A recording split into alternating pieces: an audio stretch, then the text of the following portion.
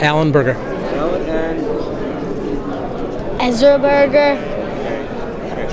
And how accepted do you feel at the conservative CPAC conference and among conservative groups in general? I have found over the past many years that I think we're more accepted at these events because we share a common Judeo-Christian value. And that system is what drives us.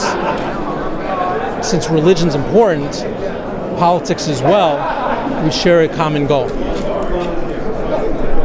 But for those who are not necessarily religious, who may have old prejudices like John Birch era anti-Semitism, how about that? Do you encounter that? I've not found any. I think that in this world, having met many people here, they've gone out of their way to accommodate our religious needs. Now it's Friday afternoon, Shabbat is tonight. We have a Shabbat program going on across the street being run by young Jewish conservatives, where the Shabbat program will have prayer, food, kosher food, strictly kosher food, and yet the ability to come across here and still share in the events going on through CPAC. Are you organizing services? There are services. Friday night and? Saturday morning, Saturday afternoon, full Shabbat program. Through Havdalah? Yes, included. Politicians will come, or whoever has been invited will show up. Last year, Senator Santorum, Congressman Alan West, Louis Gohmert and Trent Frank spoke. Michael Medved was there last year. He's not here this year. Alan West is going to stop in tonight, along with Ambassador John Bolton and Congressman Lee Zeldin, our only Republican congressman at the present time. Of course, I'm interested in the reactions that people get to Ezra's walking around with his yarmulke, which is, Ezra, will you turn around, please? See your kippah from behind?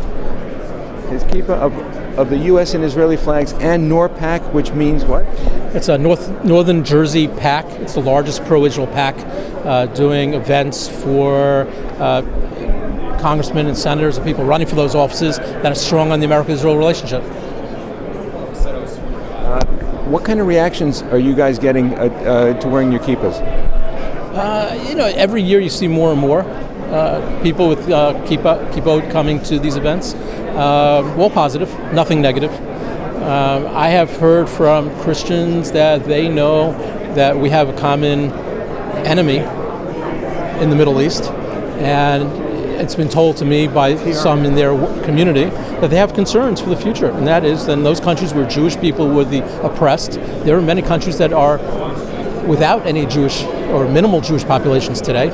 Which group is being slaughtered next? Christians, and we're seeing that right now with ISIS. Enough said. What about those who feel that what's egging on the terrorists is American policy towards Israel or against Palestine, and that Palestinian state would cure the terrorism? How do you feel about that? I think the Oslo Accords have shown that over the last 20 years, more people in Israel have died in that time frame than all the years prior from 1948 up until Oslo. It hasn't worked. They're not a true peace partner, and we need to go a different route.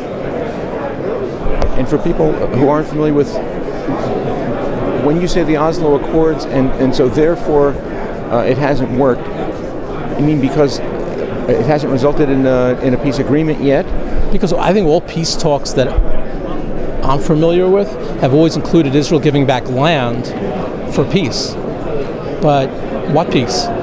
When 3 kids coming home get kidnapped and murdered last June, that's just this year alone. Has anything changed? Well, but there is no Palestinian state yet, so they're keeping up their terrorism. I mean, they would argue.